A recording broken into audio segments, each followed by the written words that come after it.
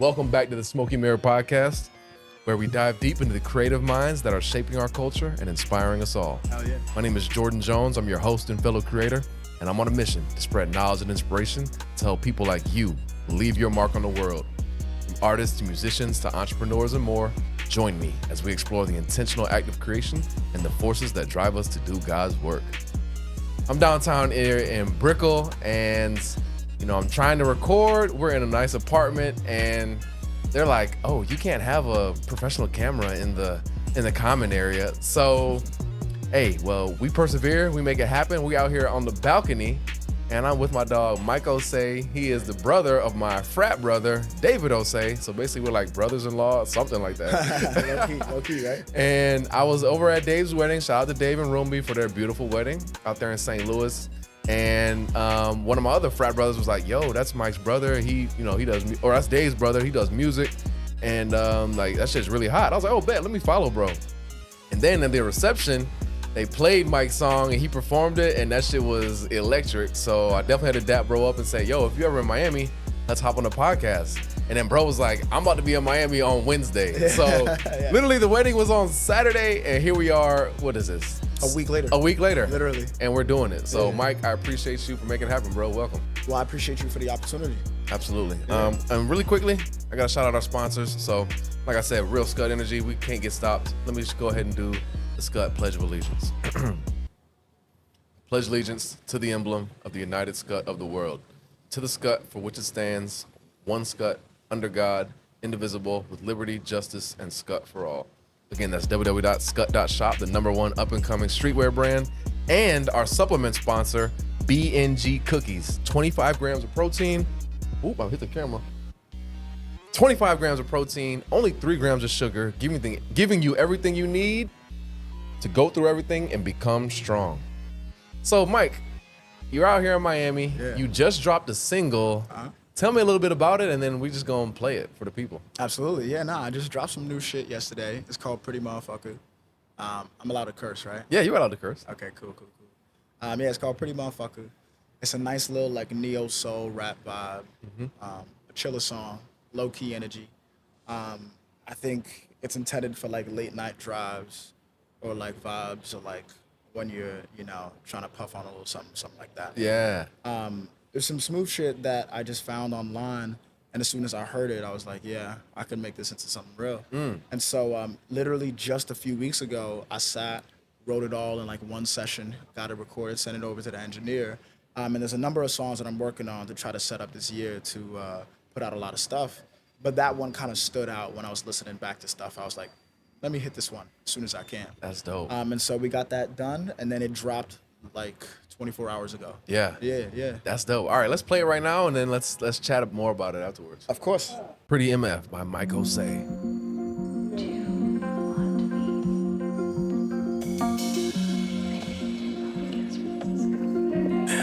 Yeah, I be that pretty motherfucker, city motherfucker.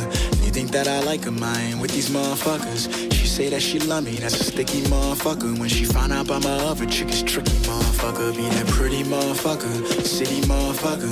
You think that I like her, man, with these motherfuckers. She say that she love me, that's a sticky motherfucker. When she find out about my other chick, it's tricky motherfucker. I got 100 missed calls and 99 problems, and I don't see them going away, yeah. My girl thicker than a Snicker, and I'm sipping on a Slicker, and her body got me going insane. So many nights, so many days, so many nights, so many days. Pray to the Lord, my soul to take, my soul to take, my soul to take. Because I be that pretty motherfucker, city motherfucker. You think that I like her, man, with these motherfuckers. She say that she love me, that's a sticky motherfucker. When she find out about my other chick, it's tricky motherfucker. Be that pretty motherfucker, city motherfucker.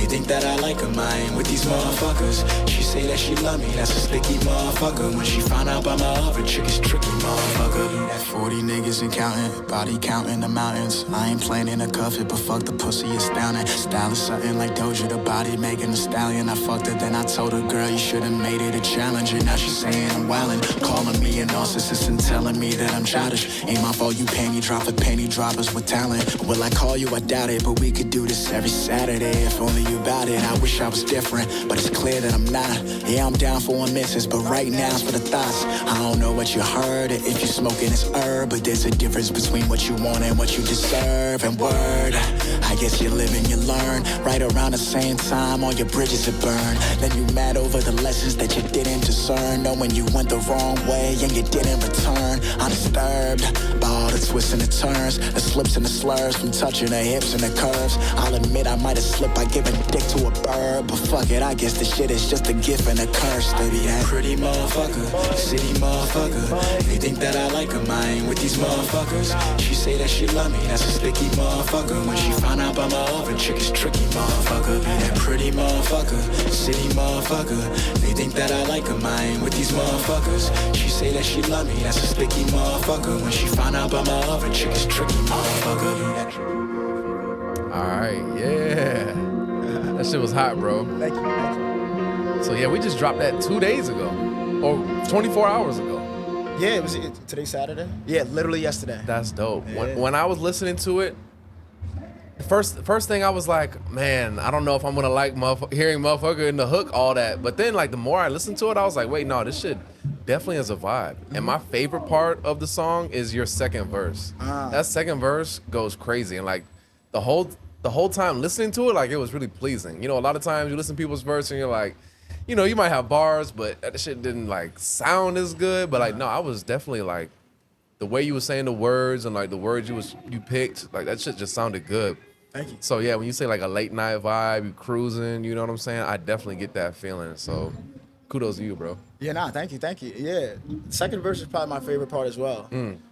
Because it has a very dynamic feel to it. Yeah. I think that the hook kind of lets you sink into it. Yeah. And you just like hear it. It feels like something that's stable. Yeah. But then the second verse, like some of the drums cut out, it gets low, and then it builds and builds and builds until it like hits a head, and then into the last hook. Yeah. I really like that feeling when I check it as well. That's dope. Yeah. So I appreciate you for sharing that. Definitely everybody go check that out on all platforms, right? Yeah, it's out everywhere. Spotify, Apple Music, all that. That's fire.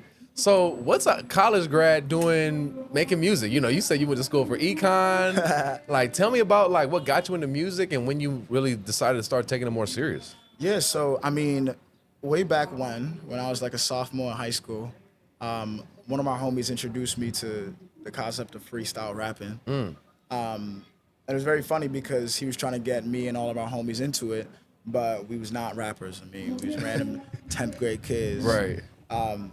But then when we started doing it, I was like, yo, this is kind of fun. And so I was freestyling for, I don't know, a year or two every time that I'd smoke up, like get faded, be like, all right, this is a good thing to do for entertainment.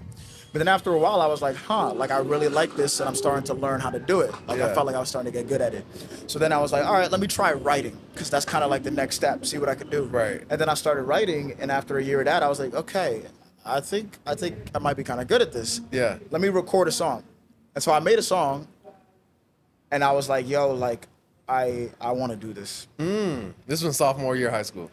No, by this time, time. I was a freshman in college. Okay. By this time, it was the end of high school. It was the end of high school. So you've already been 2 years experimenting. Yeah. And now you're like, And I was like, yeah, like I want to do this. Like I want to make music. Yeah. You know. And then freshman year, I met up with a very close homie of mine, Lincoln Hart, who has now become like something like a creative partner, honestly, because he was on the same vibe. He's a musician, extremely talented, singer, rapper, artist, instrumentalist. And so we started to sort of build a buzz on Harvard's campus. Because we would just go around like any parties, freestyle, something like that. Right. And then we were putting on a lot of local shows. And so we built a buzz that way. And then during that time, we had our first big openers because we performed at Harvard's like Big Spring Fling thing. Yeah. And I think that was like 2,000, 2,500 people or something like that. Wow. But at that time, we were just kind of figuring out our bearings and starting to build on like our initial sound, get used to what it means to carry yourself like an artist, to go out and do shows. But it wasn't until like after COVID, I think like maybe 2022, something like that, where I started to be like, all right, I need to dedicate my life to this in order to turn it into a career. Right. Because I think that a lot of artists, like, you know, earlier in their careers, they can get away with feeling like just the talent and just the fact that they love it leads to a career. Right. But I think a lot of artists have to reach a point where they realize, no, like, a full-time job means a full-time job. It means Right. every hour of your life you're dedicating to it, because that's what's necessary to get the results that you dream of. Yeah. And so that's when I started to go crazy about it. That's when I was like, all right, let me get a job that's conducive to this. Let me start to make some money so I can invest in it. Let me start putting some of my own money behind it. You know what I mean? Thousands and thousands. Spend a lot of hours in the studio, start grinding for real, for real. And so I think we've been like a year and a half into that. And the reason I do it, even though, you know, I'm a college grad and I went to a school where very few people decide to do this. Right. It's just because I feel it in my heart that it's something that I'm supposed to do. You know what I mean? Every time I'm on stage, I just feel a passion. Every time that I create a song, I feel something that's calling me to keep doing it. Yeah. And I feel like there's something that I have to say, something that I want to say. You know, I'm a huge lover of hip hop. I've been bumping it since I was a fucking kid. You know. Yeah. And to see it in a way where I feel like certain things are missing from it makes me feel like I really want to come through and say something. You know, I think that certain things are missing from hip hop. I think that a lot of hip hop has become, you know, very oriented around fun and vibe as Right. opposed to lyricism and like skill demonstration, you know what I Right. mean? Storytelling, all that. I feel like that's the foundation of it. But for a while, as a hip hop fan, I felt like I haven't been able to get as much of it from the game. Yeah. And so it's a very interesting thing when you as a fan see that, but then you're like, huh, what if I create that? All right, I'm gonna put What if my- I step in and give it? you Yeah, know? let me take on the burden and bring back the artistry the way I want to see it. Yeah. I think that's really interesting. So you said around COVID is when you decided to take it serious. Yeah. You're like, you know what? I want to get back to lyricism and all that. What would you say you learned in the transition period from going like in your mind, it's a hobby, it's fun to do, to, all right, yeah, I'm being serious about this now. So I think that the first thing that I learned is just how hard you actually have to work in order to try to make something this challenging work Yeah. out, you know? Waking up 6 a.m., hitting the gym, coming to the crib, grinding the entire day, sleeping at 1, waking up and doing it over again. Yeah. That was not the type of timing I was on when I was 19. Yeah. That was not the type of time that I was on when I was a college kid, you know what I mean? And so the first thing I learned is just how hard you have to want it, just how Yeah. hard you have to work. And the second thing I think I learned is that in 2024, all artists should try to have some sense of marketing and some sense of branding and identity. Yeah.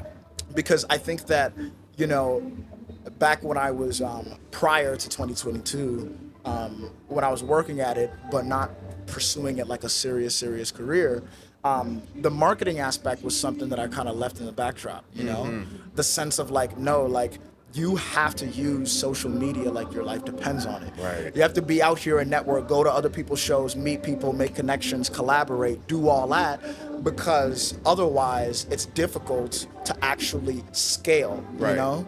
To get to a point where, you know, hundreds and thousands and eventually millions of people are aware of you, the marketing is what makes that happen. Right. And so that's the second thing. I think the first thing I learned was just how hard you gotta want it, just how hard you gotta work. And then the second thing is the fact that if you're an artist, marketing is the game. Yeah. Yeah. I think that's so true, because I speak to a lot of artists and they all have talent. You know what I mean? And like, there are people with talent everywhere, but what separates them from the people who truly, you know, make a lot of money out of this or have a really fruitful career? Yeah. And it goes back to what you said about branding and marketing and having creative ways of putting yourself on and making yourself memorable. Yeah. What would you say is your brand? I think that an artist's brand is ever evolving and always changing. I think that the brand that I'm building right now is taking shape. But I think that I usually define myself just based on what my identity is.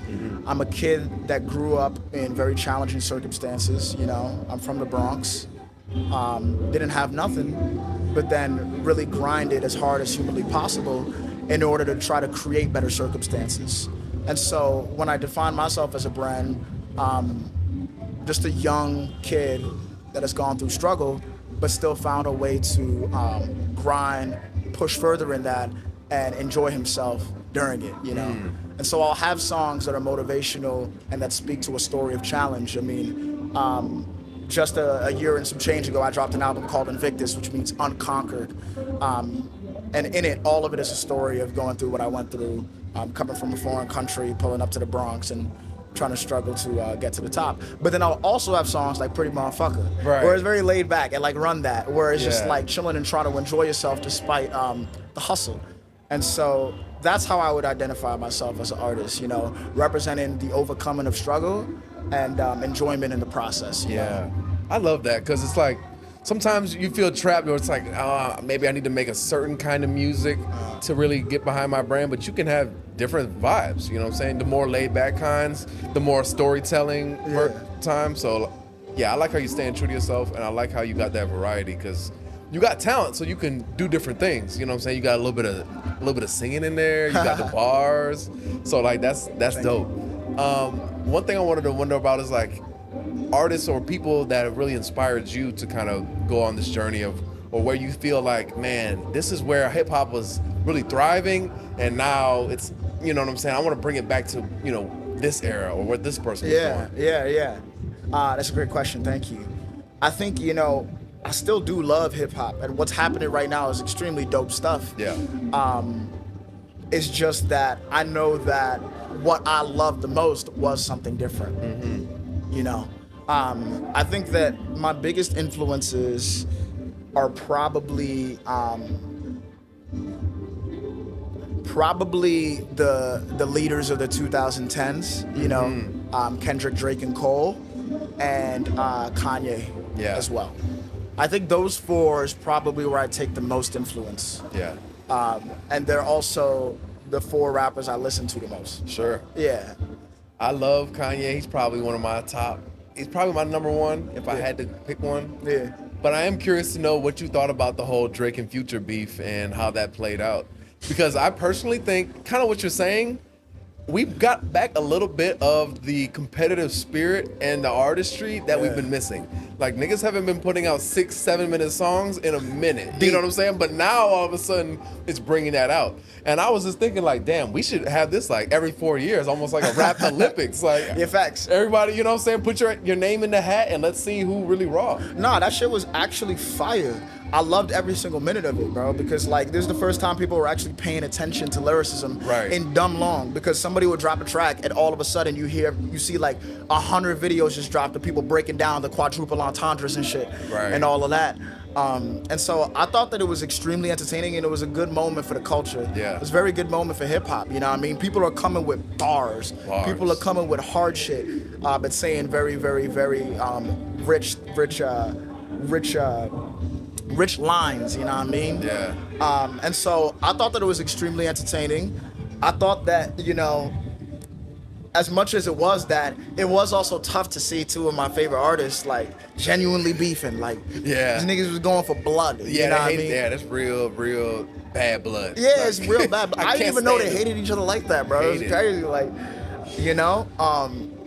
But you know, one thing people can admit though is that despite the fact that there was so much negativity that came in that moment though, man, good music, yo. Right. Good music. Those tracks was hot. Those tracks was actually hot. Like, and I mean, like, a bunch of them are still bumping to this day. Facts. You know what I mean? You pull up, you might hear push-ups. You might hear Not Like Us just at the club. Yeah. You know what I mean? Literally. And so I thought it was extremely entertaining, and man, it's like, this is some of the hottest hip-hop I've heard in a minute, you know? Yeah. What would you do if you was in like a rap beef like that? You think is that something that you know what I'm saying, like rap battling and things like that? Or what? I would try to eviscerate my competitor. Yeah. Whoever he is. You know what I mean? I think that a lot of people decide, I don't want to engage in beef, or I don't want to. Nah, I think that if somebody tries to beef, I would want to take it on. Yeah. Show my skills, you know, and not accept any sort of disrespect. You feel me? Right. You know, I think that that's what the spirit of hip hop is. Right. You know what I mean? And if you really care about the spirit, you got to engage. Yeah. Yeah. I agree. How do you feel about J. Cole's decision to kind of sit it out? Because for me, I felt some kind of way. Because while the beef was going on, I was like, man, there's like, the only real loser right here is J. Cole, in my opinion. Eventually, I did land on Kendrick being the winner.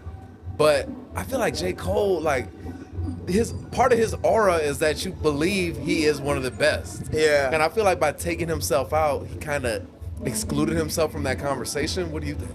I think that's a fair perspective. I think that my perspective on the J. Cole situation has kind of changed as time went on. I think that when he first did it, I was disappointed to see that I wasn't actually going to get several songs from him flexing his lyrical ability, because I definitely do believe he's one of the best, not just of this era, but ever. Yeah. And so it was disappointing to know, all right, I'm not going to get that many tracks from him in this situation. He's not going to keep cooking, even though 7 Minute Drill was hot. Like, It was hot. he cooked that shit. People was hating on that, but I thought it was good. He cooked that shit.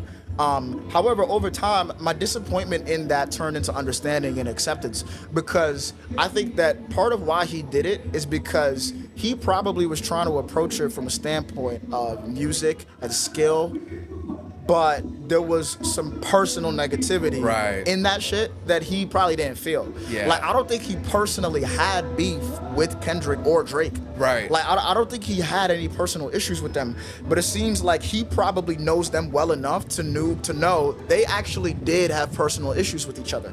And so now I see him stepping out as him knowing in advance, these dudes are gonna make it personal. Yeah. And I don't know if I wanna get involved in that, you know? Yeah. And so that kind of shifted my perspective. Now I see it as J. Cole is like, okay, he took the mature step to see, you know, all right, I got the foresight to know this will get more personal than I'm actually comfortable getting. Yeah. So let me not force myself into it. Yeah. And so now I'm like, all right, bet. I see why you did that. Yeah. Yeah.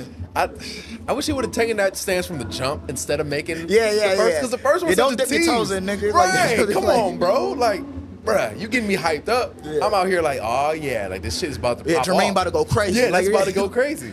And then, you know what I'm saying? He had the body bag zipping up and all types of shit. I'm like, damn. Yeah. But yeah, and then to be like, you know what? Cooler heads prevail. Like, I ain't going.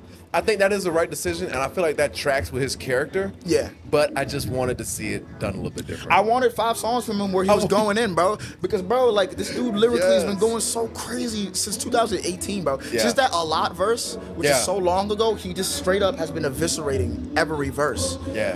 And so I was ready. But, yeah, it's like nigga gave an appetizer, no entrees. Like, No entrees. come on, son. What you trying? Like, yeah. Yeah. That's crazy. Yeah. But it's been entertaining though, man. Yeah. Like I have been loving it. It seems like it's over now though. They might not drop any more songs. I don't think they're gonna drop any more like beef songs, but I see Drake dropping in the future. I could predict that, and I feel like Kendrick's gonna drop soon too. Yeah. Because there's no way all this hype they just gonna. Yeah. They it probably dissipate. are gonna have new music come out. Yeah. And then maybe on the songs they'll throw additional jabs or some shit. Yeah, but I think it's settled. I personally think Kendrick got him. That shit was some high level like jutsu that we were watching. Like Drake dropping that raw ass diss and then bro dropping Meet the Grams directly after it. Like that's nuts. The strategy is crazy. The strategy is crazy, and the creativity of that song and like the format in which he did it was insane. Like that was some very innovative shit that we It was haven't surgical. seen. It was surgical. Like yeah. like straight up, the precision was surgical. I think that, you know, people are sleeping on what Drake did because Yeah. I feel like he flexed. He did. I feel like he went crazy. Family Matters is crazy. Push-ups is crazy. Crazy. But the streets' consensus is Yeah, that Kendrick caught the W. Yeah, I you think- know, that's what the streets believe. And I feel that. I agree with that. Yeah. I agree with that. Let's talk about your social media strategy. Yeah. Because I saw you had a video that got about 1 million views on it. Talk to me about that and like what happened behind that. Yeah, so, you know, I think that marketing and all that has always been important in music, but it's just kind of taken a new form recently. Yeah. Nowadays, it's all about visual content and social media content. You know, Right. posted on TikTok, IG, and all that. And I think last year around this time is when I started to actually do that and try to take things seriously. And yeah, thankfully it's led to incredible progress, bro. It's like just around last year this time, I think I had about like 2,000 followers or something like that. Now we're looking at 24,000, something like Yeah. that. You know, the listeners have gone up a lot.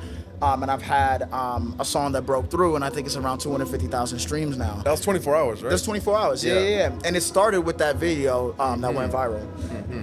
So basically, me and my homies decided that it'd be cool to start filming content of us doing street performances outside. Yeah. And so we was outside. I was performing 24 hours. We filmed it. It was cool. I was gonna chop it up, edit it. I'd never posted a video like that on my IG yet. Yeah. And when I was watching it back, I noticed that there was a nigga in the back dancing, going crazy. Yeah. That I never saw. Like, Yeah. I didn't know he was doing that, but it was hilarious in the video. Because the whole time I'm locked in the camera, I'm trying to perform, I'm trying to kill this shit, right? And I thought it was hilarious that the dude was dancing in the back. And so I made a video, cracked a joke about it, and then I posted it, and it popped off. It hit like 2 million views, like 2.2, something like that, and then my social media just went crazy after that. Yeah. The listeners went crazy. This song popped off and got a lot of streams, and it was literally just knowing that it would be entertaining to post, like, because it is kind of funny to see a dude who's just performing and then not realizing there's a homie in the back, like, going like bananas on the shit. And so yeah, and ever since then, I've decided to step up the visual content, you know, dropping music videos that are actually fire for the first time, posting a bunch of other types of content. And so my strategy has now become just try to post with as much consistency as possible. And then adding a brand to that as it happens, you know. That way it's stylized, it's aesthetic. But yeah, so that was 24 hours. It kind of set off this whole thing, you know? Yeah, that's dope. Was that like that 2022 time, or like when was that? That was last summer. Last summer, okay. Yeah, around the fall, something like that. So like 8 months ago. Okay, cool. Yeah, that was what's up. So tell me about, like, you know, you're talking about doing music videos and all that. Tell me about like the networking and like building a team of people who got the cameras and the know-how to help you out with that. Yeah, so basically I knew that I needed to build up my visual identity. And so I was asking close homies of mine if they knew any videographer people. And one of my good homies, I think he was in his last year at Frat, which is a film institute in Brooklyn. A lot of talented cats out there. And so he told me, yeah, a couple of my close homies are extremely talented cinematographers, editors, directors. So let me put you in contact. And so that was around last year, this time. And since then, we've put out like 4 or 5 music videos, a ton of visualizers and all that. And so they've kind of become my go-to team. Extremely talented guys. Nice. Vidu Kota, filmmaker, Wallace Hallett, cinematographer, Siwoo Kim, filmmaker as well. And we've just been cooking up ever since. That's dope. Yeah. So tell me about like the future. You just dropped a single. Do you have a project coming up, or like, you know, what do we have to look forward to? I do. So I have a new single that'll be coming out in June. Okay. It's called Lord's Prayer. Nice. Bold name, I know, but fire song. Let's see it. And then after that, I'll be dropping an EP. Nice. And so I'll drop a couple new tracks. And then over the summer, I think I have a collab or 2 lined up, some new singles, and I do have a project. Wow. Yeah, I think I'm aiming to drop the project later this year. That's dope. Yeah. Tell me about how you come up with like a schedule or a plan for all these drops. I'm sure you're always making music. How do you plan the drops? So I think that usually what I try to do is just look at the calendar and then plan out what type of year do I want to have. And then based on my concept of that, of like, all right, I want to make this progress point, I want to make this progress point, I want to hit this, and this, then I'll be like, all right, in order to do that, that means this month, this song drops, this month, that song drops, yada, yada, yada. And so it all just starts with a vision of what I want out of the calendar year. Nice. And then it breaks down into what do I want out of this season, this month, so on and so forth. Got it. So you're really just working backwards on that. Yeah. A lot of artists, they're free form with it. They're just like, I feel like doing this right now. Let me do that. Right. Let me do that. I try to have an organized approach. You know, treat it like a business. You know. Yeah. How do you juggle, you know, having a full-time job and being an artist? It's tough, man. It takes a lot. Yeah. You know, it's like having 3 jobs at once. Tired. But the way I manage it is, I just think about the things that I want, the people I'll be able to support by getting them, and then just use that as fuel. Yeah. You know, because when you're juggling a lot of things, it can take a lot of energy. Yeah. But when you think about the dreams you have, the people you could serve, the mom that's struggling that could be saved by it, it really makes the management natural. Yeah. It makes the energy possible. And so I'm sure it's the same thing for all other artists that, you know, are really, really serious about it, and all other artists that have ended up successful with it. Just thinking about the inspirations, thinking about the motivations, and using that as fuel, you know? that. I think that using too much of like a system of like thinking and planning shit and like all that it can make you get caught up in moments of slow progress, or make you get caught up in the weeds and details of things. But when you use your heart for it, it makes it something that can be sustained. You know, you keep the fire burning. I feel that. And so I'm sure that's a different answer than what you were anticipating. No. Of like an actual like whatever. But I just go off the heart to deal with it. You know. Yeah. No, I think that's important because, I mean, like you said, the passion, you know, all that is going to be what drives you, especially when things get hard. Yeah. Like I know from experience doing the podcast, it's like, if I'm just thinking about it, I can think of ways why I shouldn't. Like I'll say, oh, it's not good enough, it's not this, it's not that, you can't edit this, whatever. Bullshit. But when I just feel the passion of like, nah, fuck that, this is what I want to do. Yeah. It might not be perfect, but this is my project. You know what I'm saying? This is what I'm putting before. I feel good about it. And at the end of the day, that's what's going to propel you on the long run. Yeah. Because you got to be able to do this shit for years. Yeah. To be able in order to really break through. Yeah, to break through. Nah, and it's fire, bro. Nah, Smokey Mirror, this shit is fire. Like, the material is tough. Appreciate you know what I that. mean? And I feel like with you and with me and with anyone else, the longer you do it, it's important to just keep trying to get better. Right. Keep grinding on it.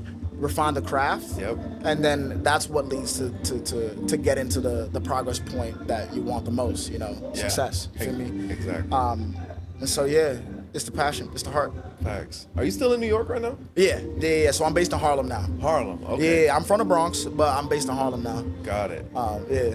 Damn. So are there a lot of other Harvard people that you still connect with? Bro, I see Harvard people all the time, man. All of them live in New York, you know what I mean? Yeah. It's Harvard University. Everybody that goes there is trying to be in finance after. Yeah. And finance is New York, you know? Right. Are you in finance? No. I'm not a finance guy. I wouldn't be okay. able to juggle that with music. Yeah, because they really be 100 working. hours a week. They be Nah. working your ass. Yeah, exactly. You get paid nice, but it ain't free. Nah, you have to sacrifice a lot. Yeah. And I care too much about this and making this happen. Yeah. To be able to sacrifice that much of the time. Yeah, I feel that. What does your family think about the artistry? Oh, they support me so fucking much, man. And I'm very, very appreciative of that, you know? I feel like there's a lot of people out there that have family that don't support what they do. Yeah. And it could be challenging. To be honest, I didn't always have support from my family. David always supported me, was always there. My brother E-Man, always there. They always loved the music. My mom, not so much. You know? Sure, I yeah. come from a strict African household, bro. She was So, not like, feeling that shit. Hell nah. your kid pull up, say you trying to be a rapper? Nah, she'd be like, what the, you know what I mean? That's like literally the nightmare of A complete immigrant nightmare of an parents. immigrant parent. And so from the jump, so opposed, Yeah. and it was actually very challenging to deal with. There was a certain point where we had a long conversation, you know, and she got teary-eyed, was crying, and told me to promise that I'd quit. Promise that I'd stop doing it and never do it again. And, you know, she wouldn't let it go. And so at the time, I had to say, it was like, all right, I'm going to. I was capped. Of course, niggas ain't do that. What's it? Sorry, I have my pinky up. I probably wrote a song that night, you know what I Yeah, mean? Like, type shit. but I think it's because she didn't understand it. Yeah. And so at some point in college, I was having a show. I think it was my first headline show. And my family came out. My brother came up. He was like, I'm going to drive up for it. And mama's coming too. And I was like, mama's coming? 4 hours? She about to drive to see it? Even though she my number one hater? That's crazy. Certified number one. But she came. She supported. I shouted her out. I performed my heart out. And then afterward, she said, you know that I don't like this hip hop thing, but after seeing what you did tonight, I'm proud of you. And you know, African moms don't often say they're proud. And that was one of those rare moments. And she was like, I could see not only that you actually care about it, but that you actually have a talent for it. And I support it. I damn near cried, bro. I damn near shed tears. I bet. Because that moment was beautiful. Yeah.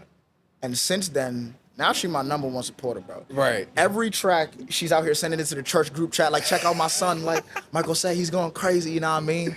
She be bumping it, putting it on to people. I love that. Every time I have a show, every new thing, she's out here supporting, riding, and believing. And it's amazing because I got to see the opposite side of it, and so Right. it makes it that much sweeter, you know? And so, yeah, my family, absolute support, all sides, everywhere, you know? That's beautiful. I love that story. when mom is like, nah, this shit, I'm not going. And then all of a sudden, nah, this is my shit. This is my Check nigga. out my son. Like, yo. Yeah, that's great. That's great. I love how parents, they have such a big impact on our self-esteem, our confidence, you know what I mean? And so to have her support now, I know that's got to feel great. Yeah. It's got to feel great. Sorry, I'm just letting that sink in. You know, I love her. Shout out Mama Dukes. Shout out my dudes, man. GOAT. We just had Mother's Day coming up, or just passed. Shout out to my mom. Shout out to all the moms out there. Yo. OD. Did you get a chance to meet her last week? You know what? I don't think I did. Unfortunately. That would have been nice. She's a very sweet lady. Yeah, I bet. Yeah. Man, that was a great time. When that song Great came on, wedding, man. the 24 Hours came on, or Run That. Run That came on, I was like, yeah, this is lit. Bro. I never heard the song before, but I was like, yeah, I'm about to go crazy. Bro, Just- you go know. ahead. Sorry, so go ahead. I was just gonna say, like, we just had a beautiful wedding, and now we got the brother like performing his shit. Like, that was just a beautiful moment for me. I love Bro, that. you know David didn't tell me I was going to perform? Oh, he just put you on the spot. Yes, bro. I was in the photo booth with my girl. Yeah. And we were about to just get some cute flicks. And then, like, all of a sudden, she's like, yo, they're playing your song. And I was like, what are you talking about? Because I couldn't hear it. Yeah. But she could hear it. Yeah. And she was like, no, like, I just heard it. They are playing your song. And I was like, what? Like, and then all of a sudden I hear David like, yo, where's Mike? And then I look, and then he grabs me and pulls me, and they're actually playing Run That. Yeah. They're actually playing Run That, and I'm like, what the heck is happening? And then he grabs a mic and puts it in my hand, You know, you're like, wait, what? and he's like, go. And I'm like, Here we I go. nigga really try to get paid. Yeah. Everybody started going crazy. But he told me he did it on purpose because he thought it'd feel more organic, and it did. It felt more fun for me. Yeah. Not knowing I was gonna do that. And then the crowd was mad receptive. It was great. But yeah, David did not tell me. Wow. He just pulled up and was like, do it. Some of that spontaneous shit. Yeah. Yeah, I love that. No, that was a great moment, and that's when I was really like, oh yeah, I gotta give bros props. 'Cause I know when you create something and people say like, yo, I fuck with that shit feels good. Yeah. And so whenever I really genuinely fuck with somebody's art, I definitely let them know because I know that shit means a lot. Yeah, thank you, bro. Hell yeah. We've been out here about 37 minutes. I know you got shit going on. We made it happen. There's been shit in the background, but hey, we persevering. Yeah. What would you want to say to, maybe some other college kids that are considering, making that jump into music full time? What would you kind of encourage them with? So if you're somebody that's considering taking music seriously, I would say lean into the music and create as much as you possibly can, and then just see what that feels like. Because I think a lot of people, they're considering being an artist, but maybe they don't feel super confident in it, or maybe they don't have a sense of identity. And usually the number one culprit of that is that they aren't creating enough. Right. They haven't written enough songs to know what their style is like. They haven't written enough songs to get the sort of polish in their work to actually feel confident in putting it out. Yeah. And to put it out and have strong reactions. And so if you're out here dilly-dallying and like tiptoeing around it, I would say create, begin to make a lot of songs, a lot. And if you see that you're really starting to develop, if you feel confident in it and you love doing it, you probably are supposed to do it. Yeah. You probably are supposed to do it. That's a great message. Yeah, because I think, a lot of people, they think like, oh, it's like come up with a plan and then based on what you think the plan is, then decide whether it's viable. It's like, no, lead with the art, lead Right. with the music. The music is number one. A lot of people would be like, the music is the least important thing. It's like, okay, if you don't do the marketing stuff, you'll never get heard. Yeah, but the music at the end of the day is the reason why people care about you. That's the reason why people value what you have to say. Yeah. And that's the thing that's going to sustain you long term. And so I think a lot of artists, they don't take seriously the fact that like every year make many songs, release many songs, and yeah, that's what I would say to them. It's like if you're considering it, make way more music than you already are, and then based on how that makes you feel and the way you develop from that, you'll probably get the answer for yourself. Yeah, that's a great message. I think you really gotta try to get that 1,000 hours in. Yeah. Because you'll see. Well, first of all, when you get started and you're insecure, it's like, all right, I just started. I'm not there yet. But the more time you put in, if you start to see real development, you can see potential in yourself. Like, damn, if I keep going, this can get even better and better. Yeah. So, yeah, I love how you said that. Mike, tell everybody where people can find you and find your music. Yeah, so again, my name is Mike Osei, Mikeosei. You can find my music on all platforms: Spotify, Apple Music, Amazon Music, YouTube. And my Instagram handle is at Mike Osei _ MikeOsei _. That's where all my content is. Perfect. And so if you fuck with freestyles, rap remixes, videos, or want to catch up with what I'm up to in terms of new releases, Instagram is probably the best place. And so I'd say any music platform, you'll be able to find me by just searching Mike Osei, MikeOsei. Yeah. And then Instagram is where you could catch up on some real tight knit, like close up, see exactly what I'm up to, behind the scenes stuff type shit. Dope. All right, I'm gonna have all that shit on the screen. Mike, I appreciate your time, bro. This has been great. Yeah. Thanks for sharing your knowledge, and I look forward to seeing more of you in the future. Absolutely, yo. Thank you so much, Jordan. Hell yeah. Yeah, shout out. Big support for Smokey Mirrors. You know what I mean? Let's keep going. Hell yeah. To the Yeah. top. Yeah. To the top.